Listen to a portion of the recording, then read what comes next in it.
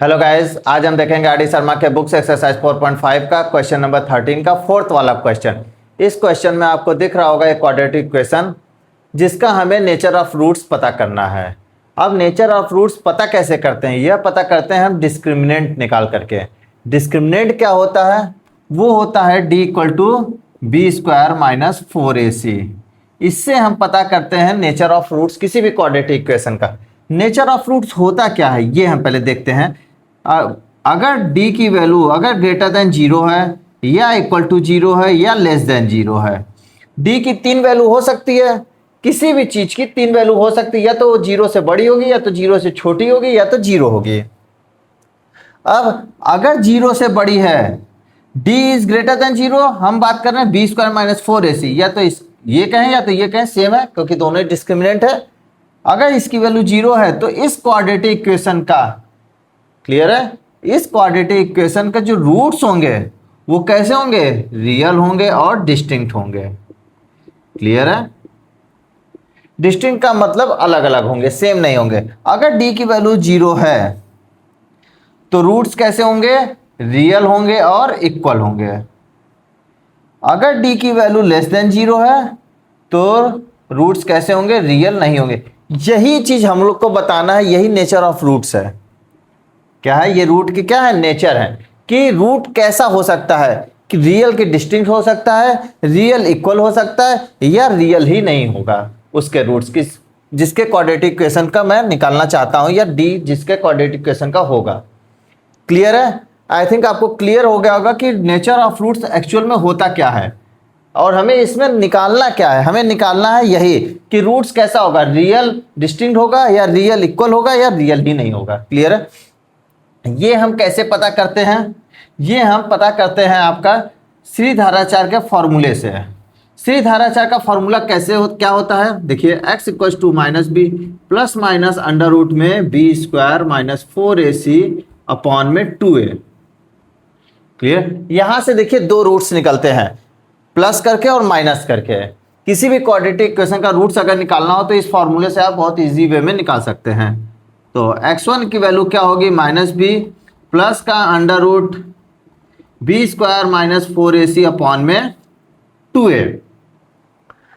और एक बार माइनस लेते हैं, दूसरा रूट निकालने के लिए एक बार माइनस ले लेंगे तो आ जाएगा B square minus 4ac upon में 2a। अब यहां से कह रहा है, हम दूसरा वाला केस लेते हैं पहले, आप इजी वे में समझ जाएंगे पहले कि हम समझाना क्या चाहते हैं। अगर d की वैल्यू 0 है या बी स्क्वायर माइनस 4ac की वैल्यू 0 है, मतलब अगर ये 0 हो गया तो देखिए यहां से रूट्स क्या निकल के आएगा? माइनस बी अपॉन में 2a। और इसको हम यहां से 0 कर दे तो यहां से भी रूट्स क्या निकल के आएगा? माइनस बी अपॉन में 2a। इसका मतलब देखिए दोनों सेम हो गया। यही चीज है, अगर d की वैल्यू 0 है तो इक्वल होगा रूट्स दोनों कैसे हो जाएंगे? इक्वल हो जाएंगे, और साथ ही साथ क्या होंगे? रियल होंगे। और आपको पता है हर नंबर क्या होता है? रियल ही होता है। रियल कौन नंबर नहीं होते? जैसे अंडर रूट में 5 अगर लिखा है मैंने तो ये रियल होगा, लेकिन अंडर रूट में -5 लिख दिया हमने तो ये रियल नहीं होगा। क्लियर है? मतलब अंडर रूट में निगेटिव वैल्यू रियल नहीं होती है। तो ये रियल हो गया और ये रियल हो गया। तो यहां से हम सेकेंड वाला केस देख ले। अब फर्स्ट वाला केस देखते हैं। फर्स्ट वाला केस की बात क्या कह रहा है कि अगर इसकी वैल्यू ग्रेटर देन 0 का मतलब क्या होता है? Positive value. ग्रेटर देन 0 का मतलब आप भी अच्छे से जानते हैं, पॉजिटिव वैल्यू। अगर बी स्क्वायर माइनस 4ac की वैल्यू पॉजिटिव हो जाए, मतलब यहां से ये वैल्यू क्या हो जाए आपकी? पॉजिटिव। ये भी वैल्यू क्या हो जाए आपकी? पॉजिटिव। तो आपको दिख रहा होगा ये भी रियल, ये भी रियल, और अंडर रूट में पॉजिटिव वैल्यू कैसी होती है? रियल। तो मतलब रूट्स कैसा हो गया उसका नेचर? रियल का। ये भी पॉजिटिव, ये भी पॉजिटिव, ये भी पॉजिटिव, मतलब दोनों रूट्स कैसे होंगे? रियल होंगे। क्लियर है? ये तो फिक्स हो गया रियल। अब डिस्टिंक्ट कैसे? किसी भी नंबर में अगर आप वो नंबर जोड़ें या सेम नंबर में वही नंबर घटाएं तो नंबर चेंज हो जाएगा। जो हमें रिजल्ट प्राप्त होगा, जैसे 10 में ही अगर एक बार मैं 2 जोड़ूँ, एक बार 10 में +2 जोड़ूँ एक बार और घटाऊँ एक बार, तो देखिए दोनों में अलग अलग प्राप्त होगा नंबर। क्लियर है? दोनों सेम कभी हो ही नहीं सकते, क्योंकि आप एक बार जोड़ रहे हैं दो नंबर को, एक बार घटा रहे हैं। दो नंबरों को सेम नंबर को एक बार जोड़ेंगे एक बार घटाएंगे तो नंबर अलग अलग ही होंगे। इसका मतलब अगर मैं इसको एक बार जोड़ूं और इसको एक बार घटाऊं तो दोनों नंबर कैसे मिलेंगे, हमें अलग अलग मिलेंगे, मतलब डिस्टिंक्ट मिलेंगे। क्लियर है, ये भी प्रूफ हो गया। अब अगर d की वैल्यू लेस देन 0 है तो रियल होगा कि नहीं, तो देखते हैं। अगर इसकी वैल्यू निगेटिव है तो ये क्या हो जाएगा, आपका रियल नंबर नहीं होगा। जब ये रियल नंबर नहीं होगा तो ये होल नंबर आपका रियल नंबर नहीं होगा। इसी तरह से ये रियल नंबर नहीं होगा तो आपका होल नंबर रियल नंबर नहीं होगा। कैसे, इसको भी समझ लेते हैं हम थोड़ा सा। देखिए, अगर आपसे कहा जाए x की वैल्यू माइनस में √11, क्या ये रियल नंबर है, x की वैल्यू रियल नंबर है, आप डायरेक्ट कहेंगे कि x की वैल्यू रियल नंबर नहीं है। लेकिन अगर हम आपसे यही कह दें x की वैल्यू अगर 5 प्लस का √11 है, तब आप थोड़ा सा सोचने में पड़ जाएंगे कि अरे x की वैल्यू रियल है कि नहीं है। क्लियर है, ऐसा तो नहीं है आधा रियल आधा अनरियल हो, नहीं। तो यहां से x की वैल्यू रियल नहीं कहलाएगी, ये रियल नंबर नहीं है। क्लियर है, डाउट अगर थोड़ा भी हो तो उसे हटा दीजिएगा, ये रियल नंबर बिल्कुल नहीं है। क्लियर हो गया, ये भी रियल x का ये भी वैल्यू रियल नंबर नहीं है, यहां से भी x की वैल्यू रियल नंबर नहीं। इसी तरह से यहां से -b प्लस अंडर रूट में कुछ भी वैल्यू आ जाए, ये अगर रियल नंबर नहीं है तो ये पूरा ही रियल नंबर नहीं होगा। आई थिंक आपका डाउट क्लियर हो गया होगा। तो दोनों ही रियल नंबर नहीं होंगे तो थर्ड वाला भी क्लियर हो गया। यही चीज हमें इसमें प्रूफ करना है, यही चीज हमें प्रूफ नहीं करना, सॉरी, हमें निकालना है इसका नेचर ऑफ रूट्स कि ये होगा कि ये होगा कि ये होगा। क्लियर है, अब हम क्वेश्चन की तरफ बढ़ते हैं। तो हमें इसमें निकालना क्या है, डिस्क्रिमिनेंट, मतलब b² - 4ac की वैल्यू निकालनी है।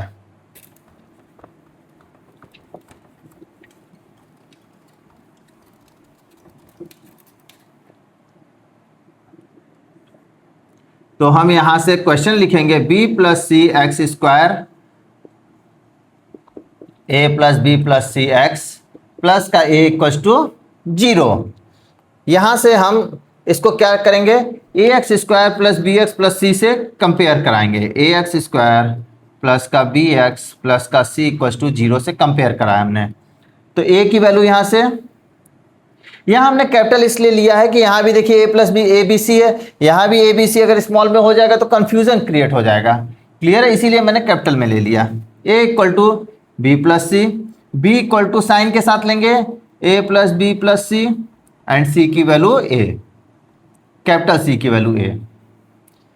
तो हम क्या लिखेंगे, नेचर ऑफ रूट्स पता कर रहे हैं, उसके लिए हमें क्या चाहिए, d की वैल्यू। d की वैल्यू क्या है, b² माइनस में 4ac। b की वैल्यू ये है माइनस का a + b + c का होल स्क्वायर। 4 × a क्या है, b + c × c क्या है, a। यहां से हम ब्रैकेट ओपन करेंगे तो क्या मिलेगा, देखिए माइनस का स्क्वायर क्या होगा, प्लस होता है। माइनस का स्क्वायर प्लस क्यों होता है, क्योंकि माइनस का स्क्वायर करेंगे तो माइनस × माइनस और माइनस माइनस प्लस होता है। a + b + c का होल स्क्वायर क्या होता है आपका, a² प्लस का b² प्लस का c² प्लस का 2ab प्लस 2bc प्लस का 2ca। और यहां से क्या आएगा, -4ab माइनस का 4bc।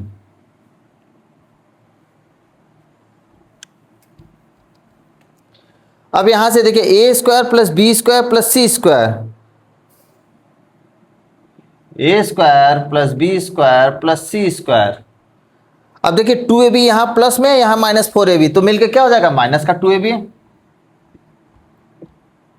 अब यहां देखिए 2bc प्लस का है और यहां माइनस का 4bc, मतलब माइनस का 2bc बचेगा और प्लस का 2ca, प्लस का 2ca। ठीक है, अब यहां से आप देखिए, हमने प्रीवियस क्लास में भी बात किया था, यहां पे आप दो तरीके से क्वेश्चन को सॉल्व कर सकते हैं। देखिए यहां पे माइनस है तो आप इसमें कॉमन देखिए, कॉमन क्या है, b, या तो आप b को माइनस कर लीजिए, मतलब या तो इसका फॉर्मूला बनेगा a - b + c का होल स्क्वायर, या आप ये c और a दोनों को माइनस ले लीजिए। क्लियर है, c और a दोनों को अगर माइनस लेंगे तो फॉर्मूला बनेगा क्या, -a + b - c का होल स्क्वायर। आप दोनों तरीका, अगर आप केवल b को माइनस लेते हैं तो देखिए ये माइनस टर्म हो जाएगा, ये माइनस हो जाएगा, ये प्लस हो जाएगा। अगर सी और ए को माइनस लेते हैं तो देखिए ए इसमें है माइनस, सी इसमें है माइनस, और दोनों में माइनस माइनस प्लस हो जाएगा। क्लियर है? दोनों ही आप ले सकते हैं। तो हम ये वाला ले लेते हैं। तो ये फॉर्मूला किसका बना? ए माइनस बी प्लस सी का होल स्क्वायर। कैसे बना ये देख लेते हैं। देखिए ए स्क्वायर प्लस माइनस का B square, C square plus का 2a into minus B plus 2 into minus B into C plus का 2c है। तो देखिए A square plus B square plus C square plus 2ab plus 2bc plus 2ca। तो ये क्या formula बना? a minus B plus C का whole square. अब यहां से हमें नेचर ऑफ रूट्स पता करना है। किसका? इस क्वाड्रेटिक इक्वेशन का। कैसे? अब देखिए d की जो वैल्यू है, ये d की वैल्यू है,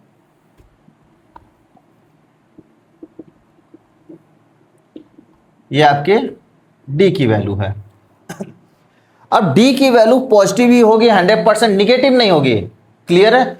जब पॉजिटिव होगी तो आपको पता है पॉजिटिव केस में d की वैल्यू पॉजिटिव कब होगी? या तो इस केस में क्या होता है? रियल होता है नेचर ऑफ रूट्स। और d की वैल्यू अगर b की वैल्यू, या यहां से देखें b की वैल्यू अगर a प्लस सी आ जाए, b की वैल्यू अगर a प्लस सी हो जाए तो देखिए ये जीरो हो जाएगा। क्लियर है? इसको जीरो करने के लिए हम ये निकाल रहे हैं। अगर इसको हम जीरो कर दें, या तो मतलब d की वैल्यू अगर जीरो हो जाए तो भी कैसा होगा? रियल होगा। मतलब d की वैल्यू यहां से दो चीज हो सकती है, या d की वैल्यू एक तो ग्रेटर देन जीरो, ये क्यों? क्योंकि स्क्वायर है, निगेटिव हो नहीं सकता, और या तो ग्रेटर देन जीरो हो सकता है और जीरो भी हो सकता है। जीरो किस केस में होगा? जब b की वैल्यू a प्लस सी के बराबर हो जाए। क्लियर है? तो यहां से दो रूट्स निकल के आएंगे। आई थिंक आपको क्लियर हो रहा होगा थोड़ा थोड़ा। पहला case if a equal to b equal to a plus C अगर होगा, अगर b की वैल्यू a प्लस सी के बराबर है तो d की वैल्यू क्या हो जाएगी? जीरो। इस केस में roots are real and equal. Clear है?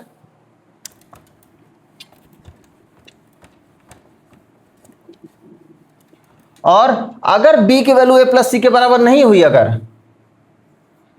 इफ b की वैल्यू a प्लस सी के बराबर अगर नहीं हुई तो d की वैल्यू जीरो नहीं होगी, और d की वैल्यू जीरो नहीं होगी तो क्या होगी? कोई ना कोई पॉजिटिव वैल्यू होगी। क्यों? क्योंकि स्क्वायर है, निगेटिव वैल्यू पॉसिबल ही नहीं है। तो d की वैल्यू क्या हो जाएगी आपकी? Greater than zero. क्लियर है? तो इस केस में क्या होगा? Roots are real and distinct.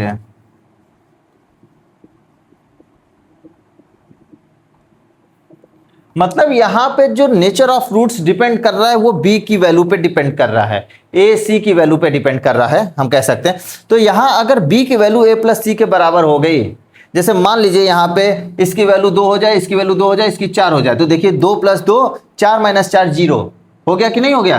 तो यहां d की वैल्यू क्या हो गई? 4 जीरो हो गई।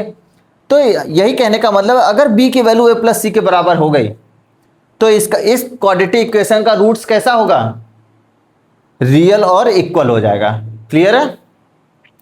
अगर इस क्वाड्रेटिक इक्वेशन में b की वैल्यू a प्लस सी के बराबर अगर नहीं हुई, क्योंकि हमें तो पता नहीं है कि a की वैल्यू क्या है, b की वैल्यू क्या है, c की वैल्यू क्या है, हमें तो कुछ नहीं पता है, तो हम प्रोबेबिलिटी लगा सकते हैं कि अगर b की वैल्यू a प्लस सी के बराबर अगर है तो d की वैल्यू जीरो हो जाएगी, अगर नहीं है तो d की वैल्यू ग्रेटर देन जीरो हो जाएगी। इस केस में क्या होगा? रूट्स आपका रियल और डिस्टिंक्ट हो जाएगा। क्लियर है? आई होप आप लोग को बहुत अच्छे से समझ में आया होगा। Thank you guys.